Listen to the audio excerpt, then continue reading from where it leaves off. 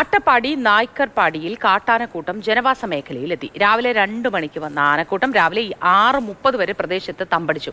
നാട്ടുകാർ ബഹളം വച്ചതിനെ തുടർന്ന് ആനകൾ സമീപത്തുള്ള വനത്തിലേക്ക് മടങ്ങി.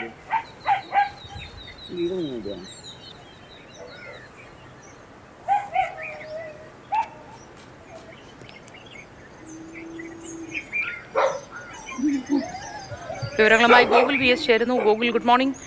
ഈ ആനക്കൂട്ടം പ്രദേശത്ത് എന്തെങ്കിലും തരത്തിലുള്ള കൃഷിനാശമോ മറ്റെന്തെങ്കിലും നാശനഷ്ടമോ പ്രശ്നങ്ങളോ ഒക്കെ ഉണ്ടാക്കിയിരുന്നോ, അതോ ശാന്തരായി തിരിച്ചു മടങ്ങി പോവുകയായിരുന്നോ? ഇന്നലെ രാത്രിയും അല്ലെങ്കിൽ ഇന്ന് പുലർച്ചെയുമായിട്ടാണ് ഈ നായ്ക്കർപാടിയുടെ ഭദ്രകാളി ക്ഷേത്രത്തിന് സമീപത്തായി കാട്ടാനക്കൂട്ടം ഇറങ്ങിയത്. ഇന്നലെ രാത്രിയും ഇന്ന് രാവിലെയും കാര്യമായ പ്രശ്നങ്ങളൊന്നും ഉണ്ടാക്കിയില്ല. പക്ഷേ കഴിഞ്ഞ 3 ദിവസമായി ഈ ആന പ്രദേശത്ത് ഇറങ്ങിയിട്ടുണ്ട്. അതിൽ കഴിഞ്ഞ ദിവസം രാജേന്ദ്രൻ എന്ന് പറയുന്ന ഒരു പ്രദേശവാസിയുടെ വാഴകൃഷിയും കാട്ടാനകൾ നശിപ്പിച്ചിട്ടുണ്ട്.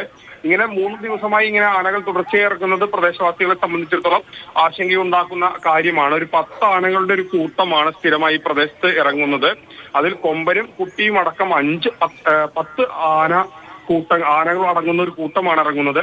ഇവ പല സമയങ്ങളിലും രാത്രി കാലങ്ങളിൽ പലപ്പോഴും ഇങ്ങനെ ഇറങ്ങുന്നു. പിന്നീട് പുലർച്ചെയാകുമ്പോൾ തിരിച്ച് കാട് കയറുന്ന ഒരു സ്ഥിതിയാണുള്ളത്. അത് കഴിഞ്ഞ് നോക്കുമ്പോഴാണ് പലപ്പോഴും അവരുടെ കൃഷിയും ഒക്കെ തന്നെ നശിപ്പിച്ച രീതിയിൽ കണ്ടത്. അത് പ്രധാനമായും രാജേന്ദ്രൻ എന്ന് പറയുന്ന പ്രദേശവാസിയുടെ വാഴ കൃഷി കഴിഞ്ഞ ദിവസങ്ങളിൽ ആന നശിപ്പിച്ചിരുന്നു.